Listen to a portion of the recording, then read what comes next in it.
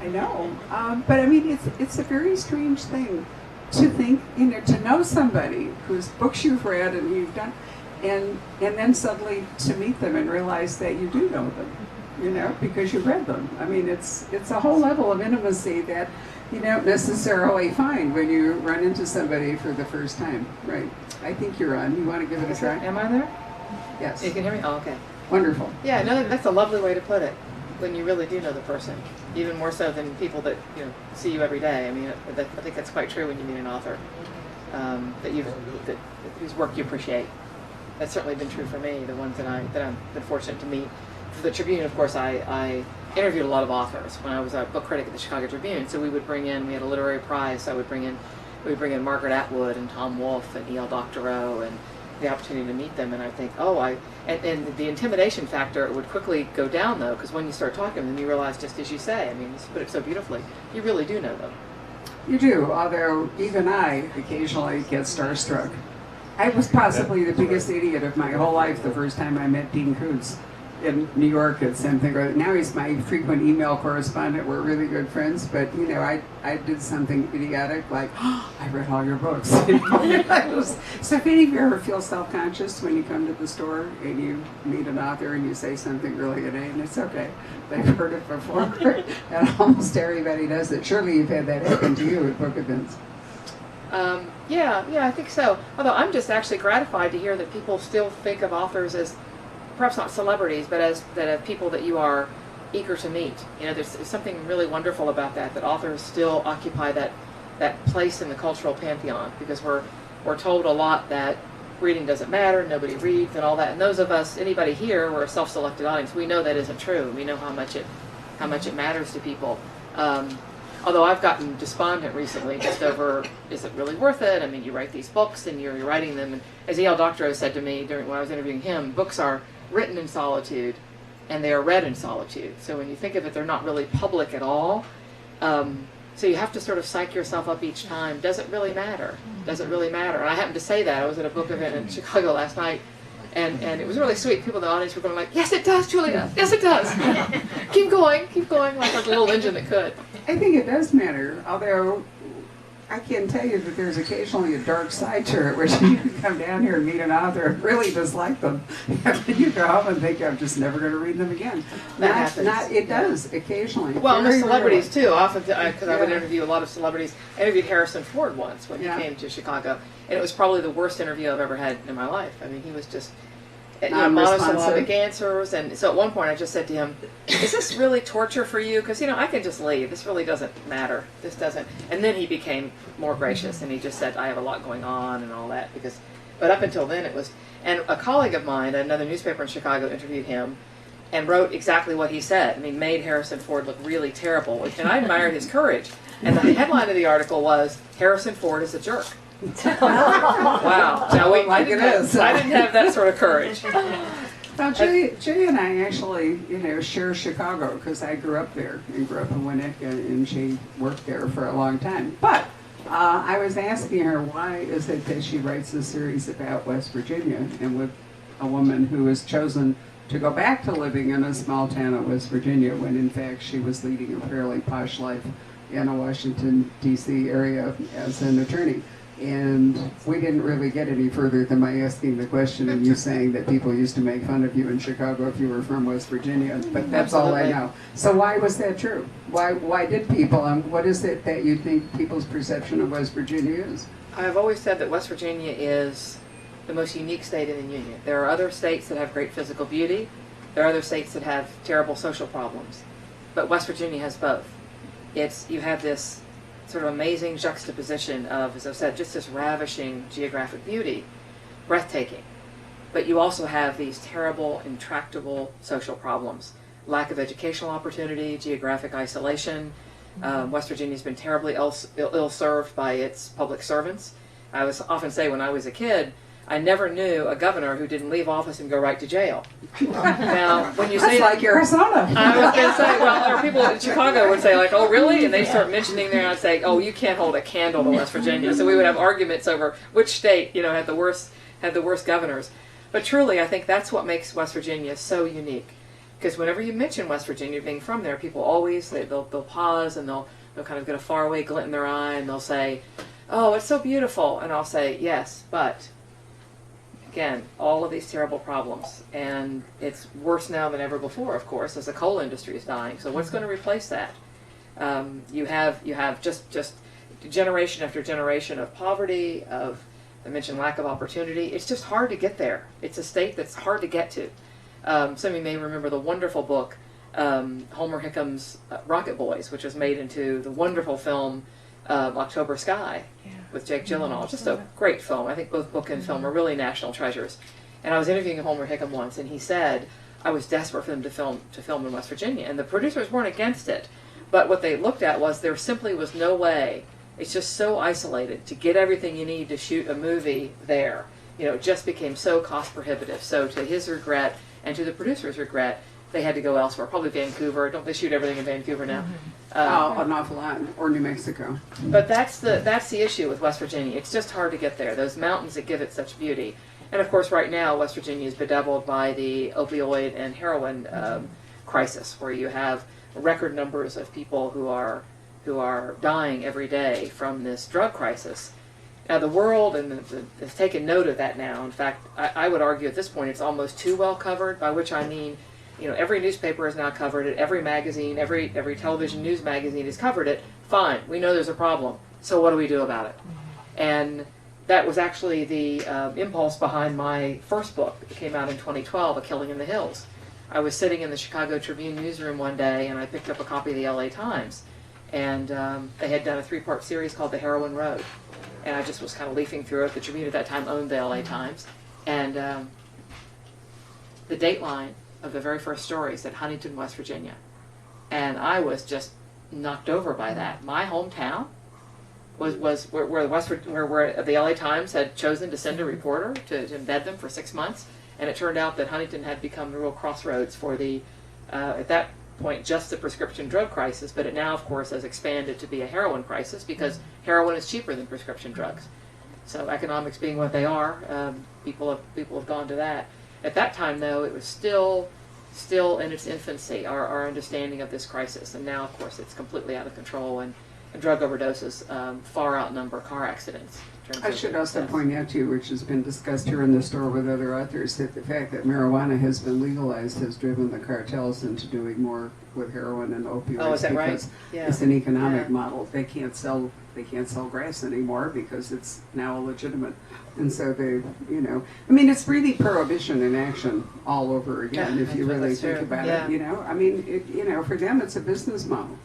But it did suggest to me that, to my mind, the great thing I love about mystery fiction and crime fiction is that it becomes a perfect arena to explore all the big issues of our lives and the things that have always been the big issues of our lives: life and death, justice and injustice, good and evil, truth and reconciliation, judgment, forgiveness. All of the big issues of our lives, the mysteries of love and the mysteries of death, are always the subject, always and forever the subject of mystery fiction. So when I thought about what was happening in West Virginia, it seemed to me to be the perfect place to set a mystery series because of all these issues.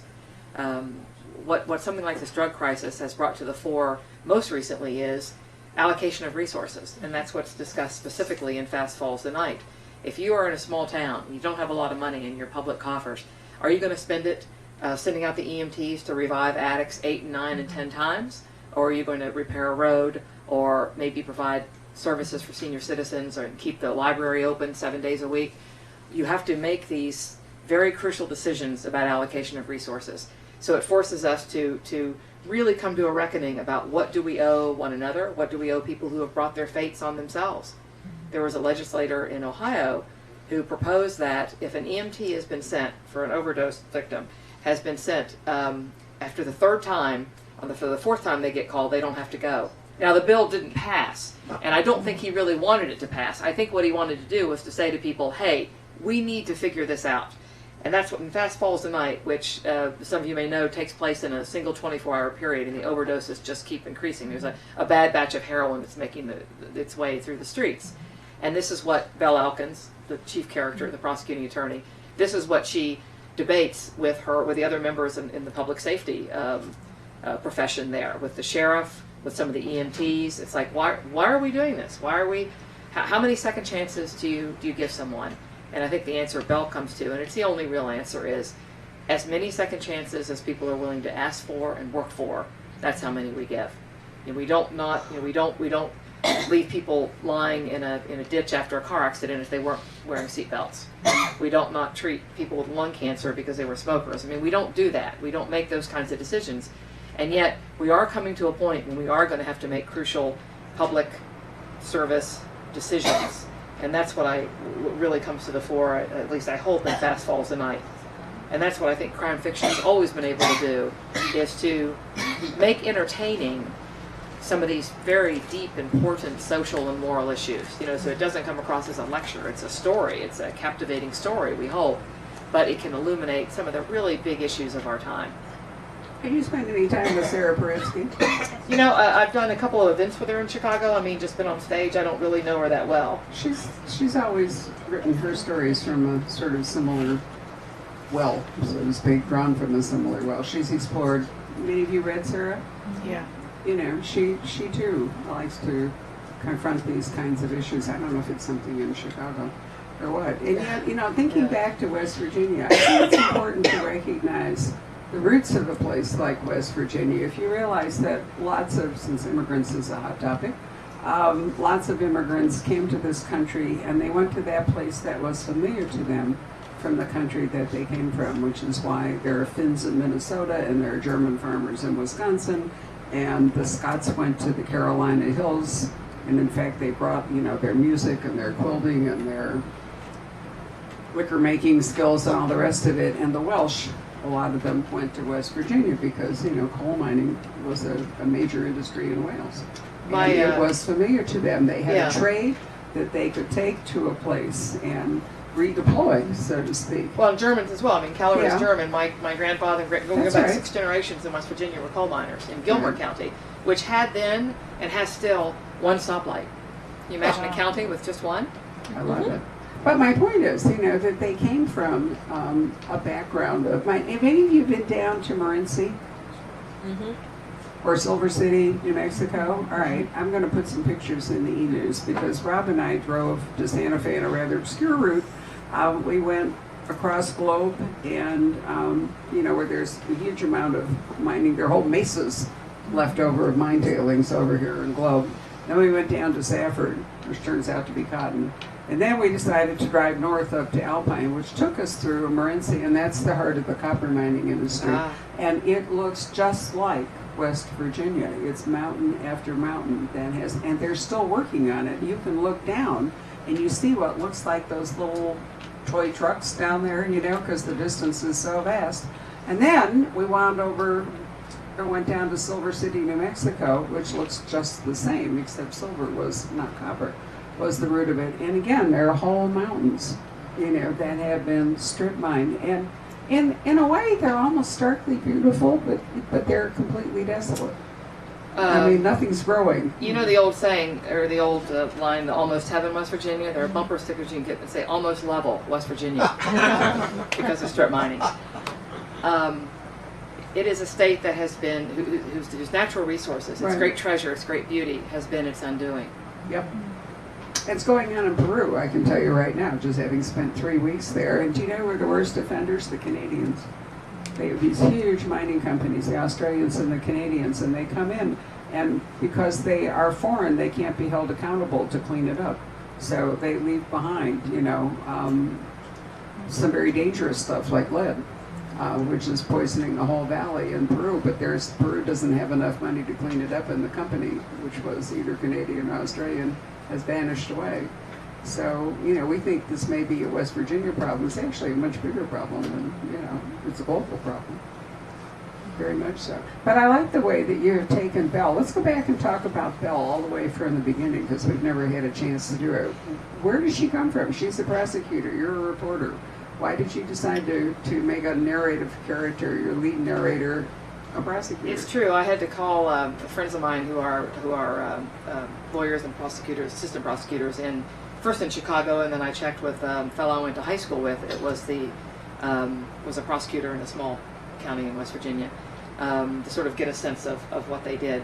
I wanted to write about a fierce woman. I wanted to write about a woman who was fierce and strong and willful and makes a lot of mistakes, and in some ways not always lovable. It's always striking to me the way women have to be kind of nice and have to be good and have to be all these things that don't make for interesting characters. I mean, our flaws, to my mind, are what make us interesting. And Belfa, she's named, by the way, after my great aunt. Belfa Harshbarger was my great aunt's name. She recently passed away at 93. Knew about the books and was very pleased to have the character named after her. Have any of y'all heard the name Belfa? Almost nobody has. No, you were the first encounter I ever had with it. I asked my aunt, I said, so Belfa, where did your parents get that name? And she says, I have no idea. I think they made it up. So there might not be another Belfa anywhere, but of course goes by Belle. But she is this, I wanted her to be everything that I sort of admire in people. Again, people who make mistakes. You know that great song in the Dixie Chicks song, Wide Open Spaces? Room to make a big mistake. I love that line. If you're going to make them big, right? Actually, I think it's St. Thomas Aquinas has a line, if you're going to sin, sin boldly. And I kind of agree with that. You know, no small sins. Just go out there and really, really screw it up big time. But this is the character I thought of Belle, and I wanted her to have this shadowy past. I think for being a divorced woman, there's still a bit of a stigma for women. It's like, oh, you couldn't make that work, could you? I mean, she's a single mom, too. She's a single mom. She's got this daughter. And in the beginning of the series, of course, she has this terrible decision to make. She wants her daughter to be with her, but her daughter's getting a little older. And she thinks by having her here, by keeping her in West Virginia, or asking her to stay with me, am I limiting her opportunities? I mean, everybody in West Virginia, and in places like West Virginia, you have to make a decision at some point in your life. Where will I make my stand? At one point, another character, Sheriff Nick Fogelsong, says he considers it a privilege that he was able to live on the land that gave rise to him.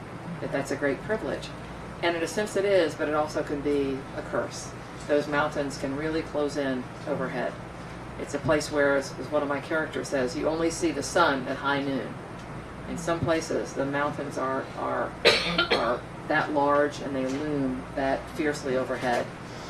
So my character is shadowed by all those things, and also by a pretty horrific past.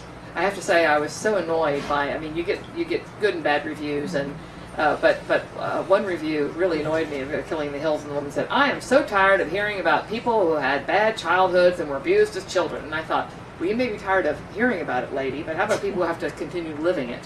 I mean, it's just so annoying to me, because we know that this is a grave, grave problem, what children often have to go through.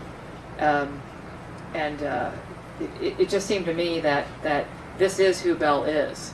It's not something, wasn't some shtick that was sort of added on to give her complexity. I mean, this is her life. And we are made by our childhoods. As John Milton said, childhood makes the man as morning shows the day. And I really believe that's true. And the older I get, the more I realize how much I've been influenced, and all of us, I think, are influenced very early on by what happens to us, yes, but even more than that. As much by that, also by the temperament of our parents. Are our parents optimistic or pessimistic? And not, I mean, obviously parents should never strike a child, but as important as that, I think, is just how they look at life, that attitude, because it's very, very difficult to sort of develop your own voice and your own ideas, and that's been Belle's problem as well. So yeah, she becomes a prosecutor because she reads about the terrible things happening back in Acres Gap, which is fictional, but is based a bit on a town named Guyandotte, West Virginia, which is right outside of Huntington. It's a much older city than Huntington is. Guyandotte, it was actually settled long before the Revolutionary War. It goes way, way back in American history. And I wanted it to be a small town. And of course, the problem with a crime series in a small town is, how can you have all these people dropping dead all the time? I mean, you just have some logistical problems. I mean, who would come to this town where everybody dies, right? There are always these unsolved murders. It doesn't make sense. But I thought by having the proximity to Washington, D.C. would give Acres Gap an opportunity to kind of widen out a bit and to be more than just a small town in West Virginia. Well, realistically, somebody who was a prosecutor in Acres Gap wouldn't be prosecuting murders nearly as often as right, it would everything be, else. you know, Yes. petty crimes or other kinds of things. Everything else, yes, and I do make that point. And that's what they're busy with, right? It's Right. not so much the murders and everything. And there are other things too I explore in the series. I mean, the one of the books in the series, Last Ragged Breath, is about the Buffalo Creek flood, which is what I remember from my childhood, a terrible flood when a slag dam burst. Slag dam was where the coal companies take the residue from the coal mining and they just built it up as a big dam, which they were absolutely not supposed to do. And then one day in a heavy rain, it burst, and many, many people were killed, homes swept away, and that sort of haunted my childhood. And so Last Ragged Breath is about that, about a young man who was a tiny baby when his parents were killed in the Buffalo Creek flood. So I've tried to integrate West Virginia history into the books as well. Sorrow Road is about an Alzheimer's facility in West Virginia. It's also the story of 3 boys who served in World War II.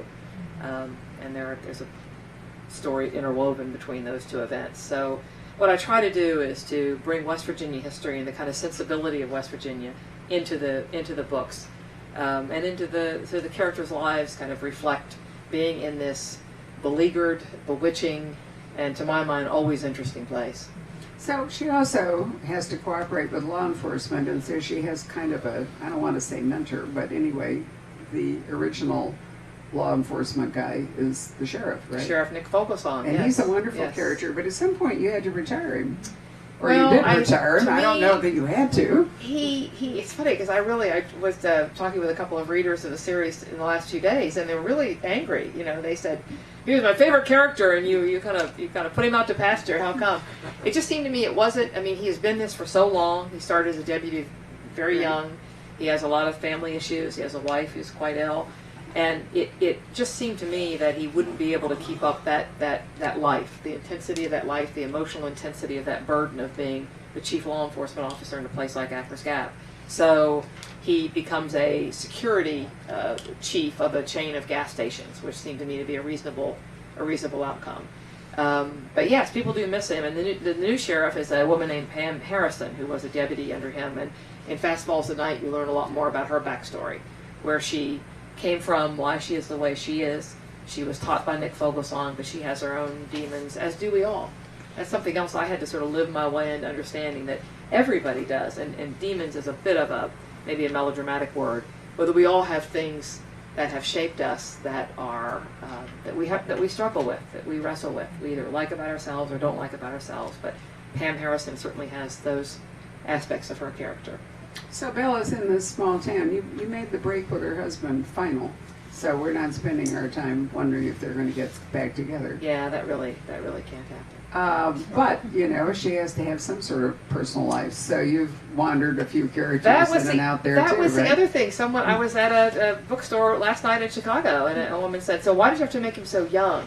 And I said, I wasn't even familiar with the whole cougar concept and that wasn't what I was thinking of. The reason I wanted to make her love interest, Clay Meckling, young, was because I wanted him to come to that point where does he stay or does he go? That's where you get to in a place like West Virginia. Will you stay or will you go?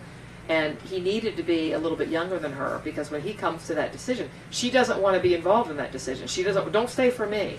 Because what a terrible thing to think that you have somehow kept someone from what should be their real destiny. That's what I was afraid of. So I wasn't even thinking, but one of the early reviews of Killing in the Hills talked about this hunky electrician that she has this relationship with, and I thought, hunky? I don't think I even talk about him being particularly handsome, but that this reviewer just assumed that if he was younger than her, it would have to be, the hunkiness. It can't be. And I very explicitly say in the novel that it's his optimism that comes from the fact that he is a little younger. He's not quite lived his way into sort of a corrosive cynicism that can wait at the end of roads when you've been on those roads too long. So you can do that better now. Do any of you remember the Lloyd? I mean, this is really dating me. Any of you remember Lloyd Douglas, who wrote The Rope? It's a huge bestseller in its day. And he wrote another book about a woman sort of like Belle. I mean, I can't remember if she was widowed or divorced, and she had a couple of children. And she fell for, I think he was like a tree trimmer. I can't remember exactly what he did, but he was younger, and he was hunky, definitely. And her children were so embarrassed by it. Wait, they made a movie of this with They Rock did. Hudson and Yes. I can't remember. Jane Wyman. That was it, right? They did the movie. I didn't know it was a novel, but it was a novel, yeah, and I still remember that because it was that sort of thing where she didn't want to hold her children back by embarrassing them with this guy, and she didn't want to hold him back because he was younger. And then, of course, this being Lloyd Douglas had to have a happy ending, right? So eventually, one day, her children, who are a little bit older, show up, and it's like they've moved on with their lives and might as well, and so she sets off to find him to see if she can make it right. But at that point, there was very little discussion about older women with younger lovers. I mean, it was going on in Hollywood and other places. But Well, you know what a reader pointed out last night was if it had been an older man and younger woman, nobody would have batted an eye because we're so used to that. And I said, right, Donald and Melania, right? Yeah. No, we see it all the time, and it's really not even a big deal. But again, some of the things, some of the decisions you make for your fiction and for your made up stories, you don't really give that much. You give them thought, but you don't think they're going to have all these implications. Like, it never even occurred to me that anybody would bat an eye over him being somewhat younger than her. And yet, there were people, I mean, the entire front row at Anderson's Bookstore in Naperville, Illinois last night was outraged.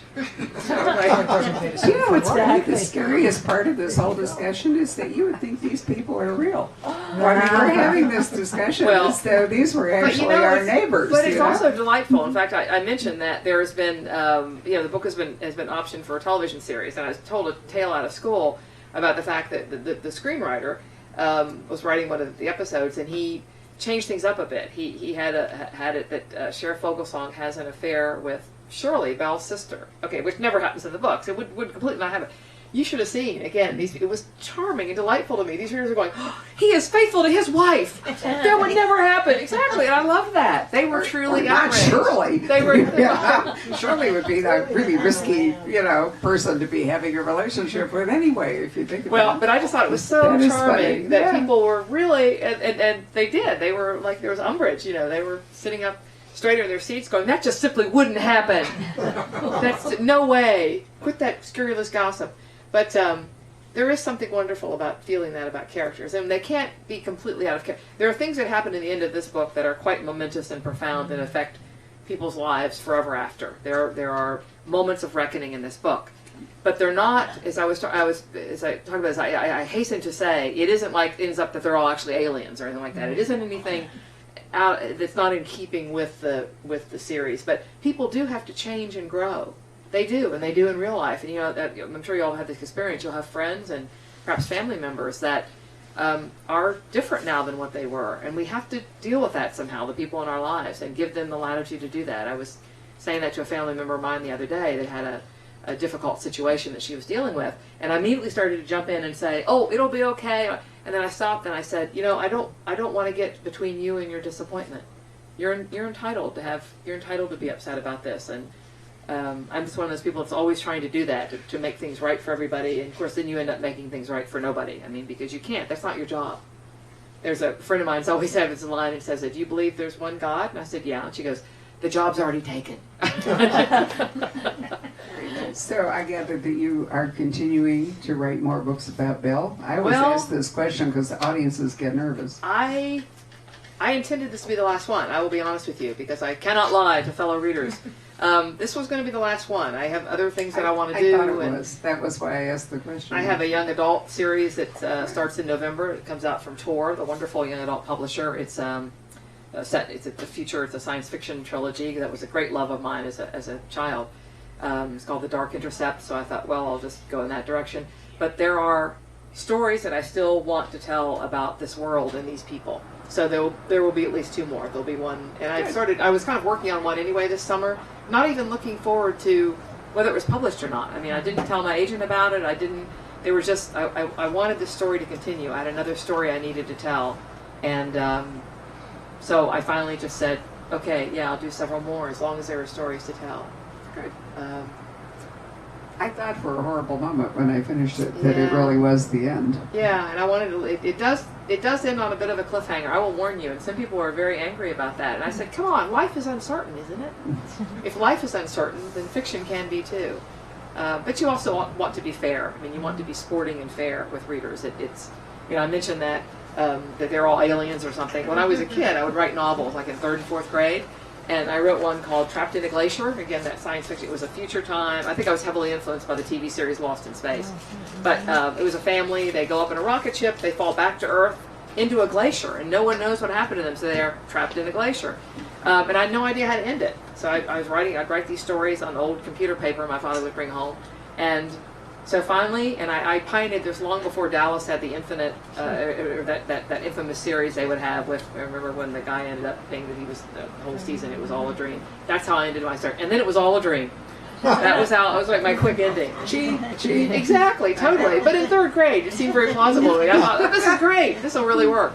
But my point is that you do play fair. I mean, you do have to make it like life. I always quote John Fowles, who said that it's the task of fiction to create a world as real as, but other than, the world that is.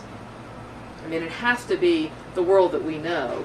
I mean, even the greatest of science fiction that takes place, millennia into the future, there have to be these analogs to now, or else you wouldn't read it. I mean, it wouldn't give us that emotional satisfaction that we want to get from reading. You have to make it convincing. And that's also true of historical fiction. You have Plausible, to make it, yes, emotionally plausible, as well as, I mean, you have to get the details right, historical details right, but you also have to have that emotional plausibility, to my mind. This has to be like people that we're surprised by them, but we also have there's something about what they do that resonates with us too.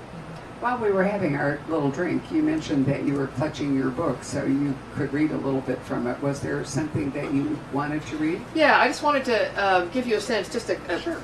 at the very outset of the book, that it deals with this 24-hour period in Acker's Gap when the number of drug overdoses just continues to accelerate, and they just don't know what to do about it. They're going to try to find the source of it so they can get it off the street.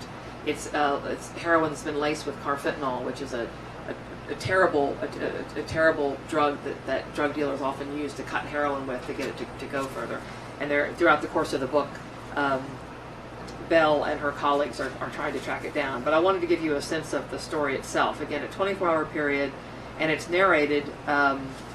Each section is by a different person. So it starts out we're in the head of Danny Lukens, who runs a Marathon gas station, a 24-hour station there in Acker's Gap. And a young woman has come in, obviously drug impaired, needs the bathroom, and he says sure, and he has a good idea what she's going to use it for. And then she doesn't come out, he bangs on the door, so he calls Jake Oakes, the deputy sheriff. And Jake has just come and banged on the door himself to no avail. This is right at the outset of the book. "Coming in," Jake said. He twisted the key as he grasped the doorknob, pushing at the metal door with a meaty shoulder. Danny leaned to the left so that he could see around the deputy's broad brown back. She was lying face up in the middle of the floor, her head partially blocking the round gray drain in the center. Her limbs extended straight out from her body, stiff as sticks. Her face was a bluish color. Her mouth was slack. Foam leaked from one side of it, glistening on her chin. Her black t-shirt had rolled up, exposing both her concave belly and a wet red sore next to her navel. The syringe had slipped out of the swollen wound and rolled into a lane of cracked grout, separating the yellow tiles. "Damn," Danny said in a whisper. There was more awe than shock in his tone. Jake dropped to his knees and checked for a pulse, thrusting 2 fingers up under her flaccid chin. He used a thumb to prop up her eyelid. The pupil was dilated. He didn't bother yelling at her or shaking her shoulder or slapping her face to revive her. She looked to be long past the point at which that sort of intercession would be effective. He did the only thing he could, Danny figured, under the circumstances. He used his radio to call the paramedics, keeping his voice low and calm, his description specific and succinct. Jake had seen this before, Danny knew, many, many times. They had talked about it on one of the occasions when their conversation turned serious. Talked about how Jake and the other deputies handled more overdoses than car accidents these days. Now they waited for the squad. "Look at her left wrist," Jake said. He stayed where he was, kneeling on the sticky floor beside her. "She must be left-handed. Her left wrist is clean. Her right arm's a mess. She uses the left to inject herself." He waved his hand toward the prime access spots. Ankle, belly, groin, thigh, between the toes, under the fingernails. Danny squinted. Her left wrist was indeed white and delicate, like a fluted piece of fine china. The rest of her was filthy and nicked with scars and ablaze with oily dark sores. But not that left wrist. It looked like the wrist of a little girl. Jake was muttering again. "Such a waste, such a fucking goddamn waste." Danny shrugged. Jake didn't usually talk like that. In fact, Jake had told Danny that you couldn't get emotional about these things. Anger and sorrow were useless. Worse than useless. They made a person sloppy. You took your eye off the ball, and you couldn't handle your job. If by some miracle this woman lived, she would, Danny knew, be doing this again another night in another dirty bathroom. Again and again, and so would all the others. Rinse and repeat. It wasn't worthy of anybody's grief. Nothing was ever going to change. There was nothing special about any of this, Danny told himself. There was nothing special about this woman or about this night. He was wrong. Very nice. So that's the first. Opening chapters. That's the opening chapter when things begin, and they don't have any idea of what lies in wait for them as the day continues, as they try to track down where this is coming from, and also just to answer this terrible question about what do we do. Do we spend all this time and resources saving people who don't seem to have any care or reverence for their own lives? I thought using different narrators was a very interesting way to tell the story.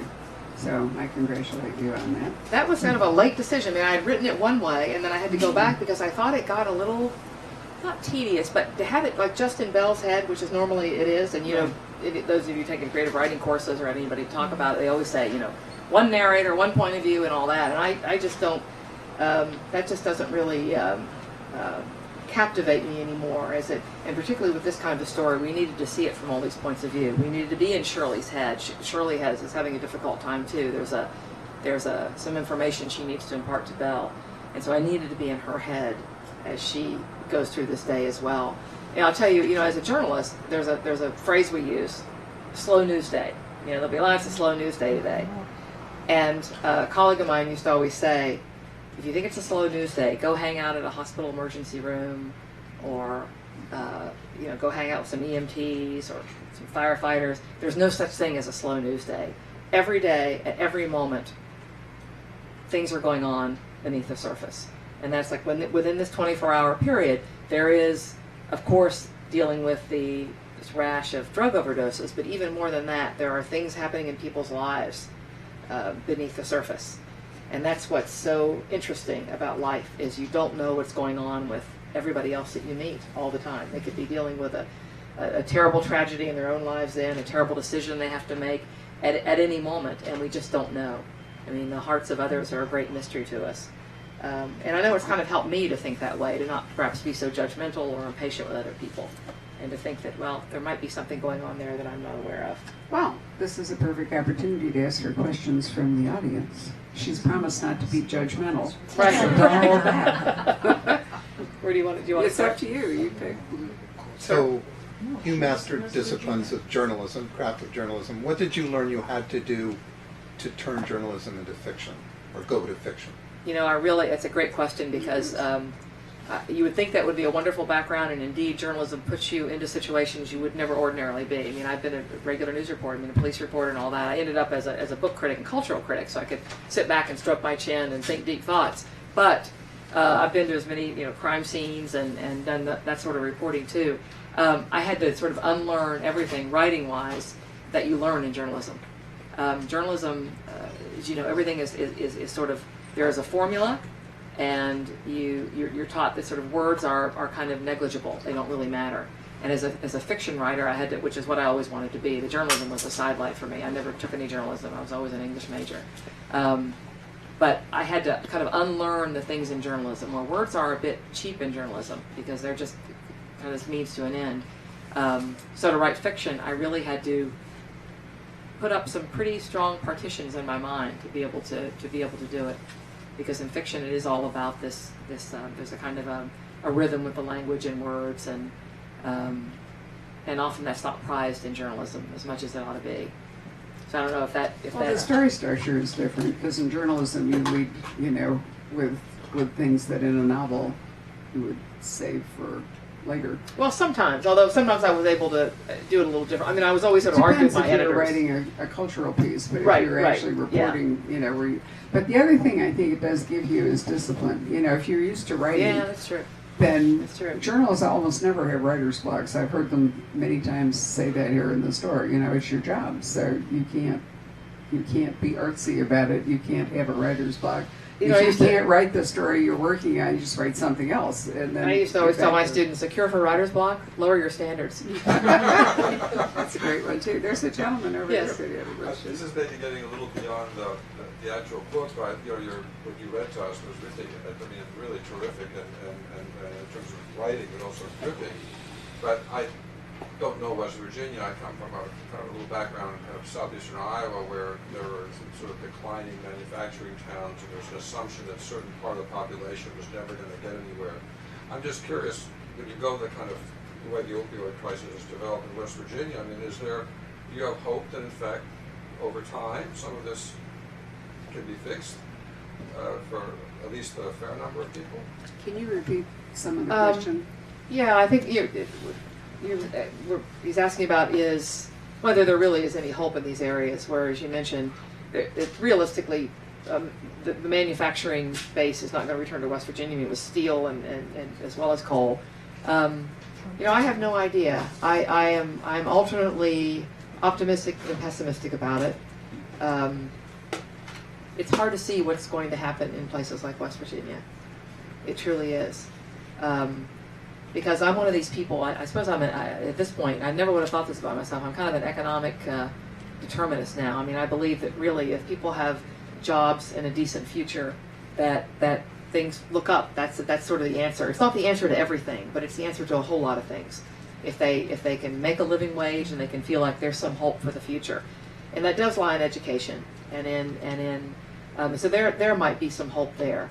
Marshall University, which is my alma mater, is there in Huntington, and they've really done a lot of outreach, and I was surprised to find this out when the president was telling me this, that they are the #1 university in terms of the student body, the percentage of the student body. They are the first generation of their family to go to college, and what a wonderful thing to say about a college, that you're the place, the first generation of these families where these students come. I think the answer does always lie in education, and not just, I mentioned, chin stroking, humanistic education, but vocational education too. That's something we really need to get back to in this country. We need brick masons as much as we need philosophers, and we need plumbers and pipe fitters and people that do things and build things and make things, just like we need singers and poets. So I think that's where, if there is an answer, that's where it lies. That's a really good point. I remember years ago I was touring Wales, and there's a castle in Conwy in northern Wales, beautiful castle, and the city is ringed around by walls. It's one of the castles that Edward I, we think of it as the hammer of the Scots, but he really hammered the Welsh.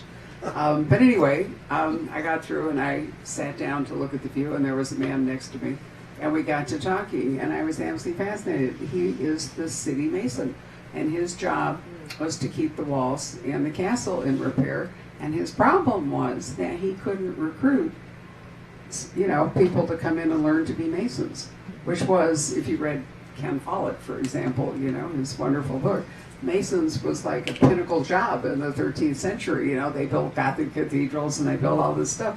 Anyway, here's this man sitting in economically depressed northern Wales, and he can't attract people to come and learn, to do his work.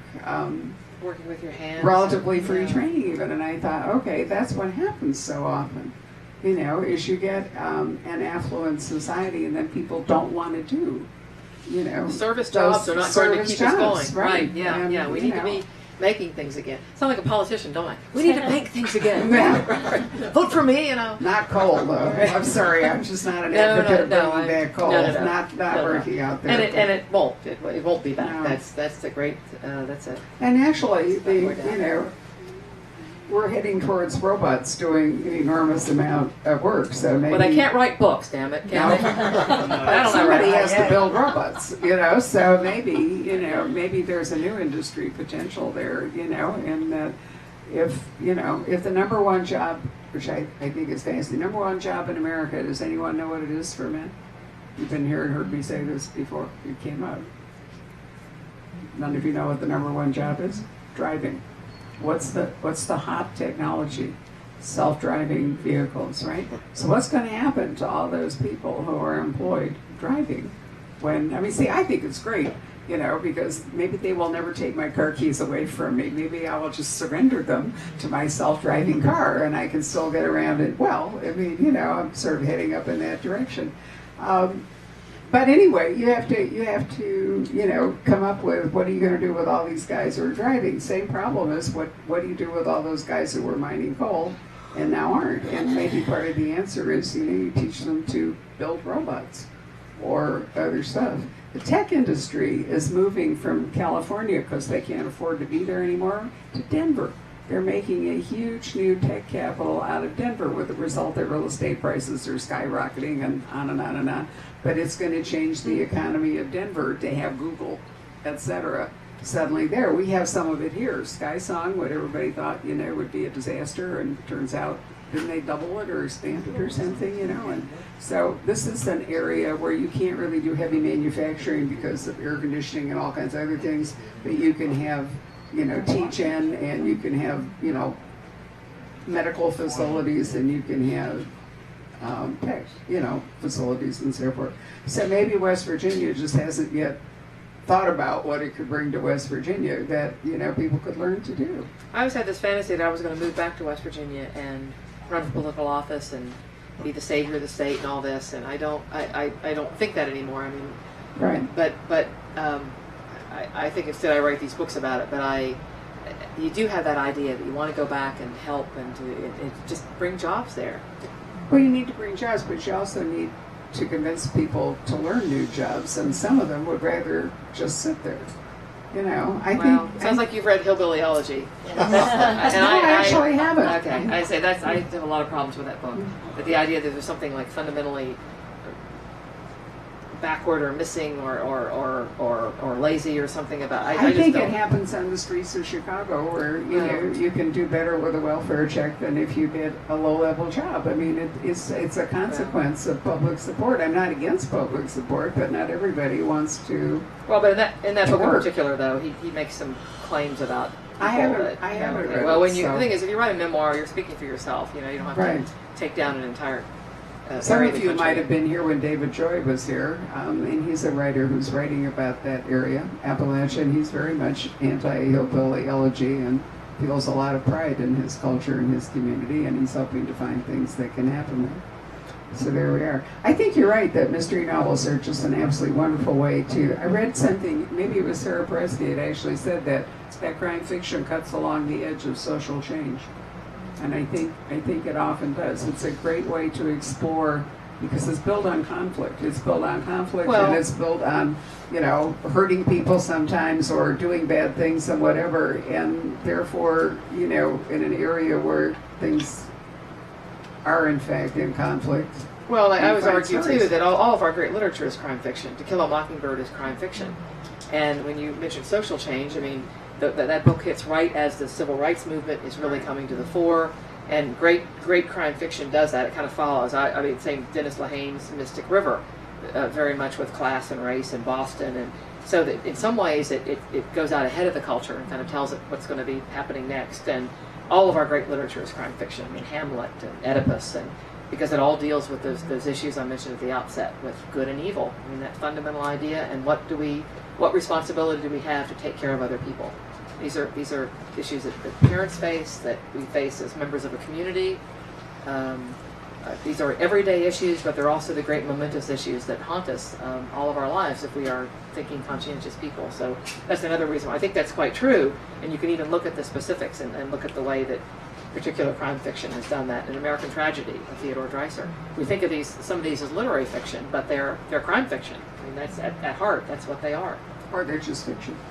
Or just fiction in general. I don't general. like to put labels on books at all. That's why we hardly have any here in the store. Well, I always tell the story that Dorothy Parker, she divided up her bookshelf only according to two things: good and crap. That's the only distinction you need to make. You don't need all this other. It wasn't her birthday the other day, too. I was thinking, too bad she isn't still with us. Jim, did you have a final question here? Have you heard from readers in West Virginia? I have. I hear from them quite a lot. I heard, actually there's a woman here tonight, originally from West Virginia, who lives here in this area now, who had written me an email, and I told her about tonight, and I'm so pleased you were able to come. I do, and I'd love to say, and they love it, and they think I'm wonderful. But actually, I hear it in both directions. A woman wrote to me the other day, and her objection was that, she said, there's too much profanity in the books.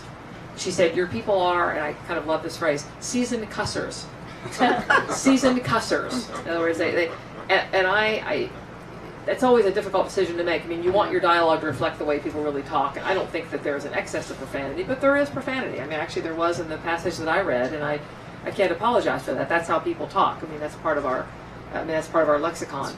And I tried to reason with her a little bit and said, well, let me send you with my compliments, the latest book. And she wrote back and said, no thank you, I don't want your books in my home. And I want to say, don't be silly, lady, you could sell it. I could have nice books. But in any case, so I hear it both ways. I mean, it's probably 80-20. I mean, certainly the vast majority of people, I think, appreciate because I try to render the complexity of the state. It's not a Pollyanna version of West Virginia, but nor is it, I think, too cynical and too negative, and doesn't show this sort of downtrodden beleagueredness exclusively. But I do hear from people in the state quite a bit, or a lot of people have moved away. Virtually every time I'm speaking anywhere, be it a bookstore or a library, there'll always be somebody that's in the back that says, I was born and raised in West Virginia, now I live here, but your books, take me back to this place that I remember. So they It's all. not just West Virginia. I'm trying to remember the name of the author who's written two absolutely fabulous books set in Buffalo. Is it Stephen Gallagher? Does that ring a bell? I can't think of his name. But anyway, very similar. If you're reading them, Buffalo has a lot of, old industrial town, whatever. And Archer Mayer's books set in Vermont, I think, have a wonderful exploration of it. So there's a whole lot of our country that was looking at these kinds of. Well, as I said, I don't think you don't want to be too negative, but it is important to be realistic and clear-eyed, particularly, I think, in crime fiction, because it has to be right. And part of that emotional plausibility is, yes, West Virginia is not a place that a lot of people go to willingly. It's a place that people leave rather than a place that people go to. Wow, that's a terrific exit line. Why don't we say, this is a place where everybody came tonight, and let's not leave until we have a chance to thank her for coming to see us finally. Isn't that wonderful?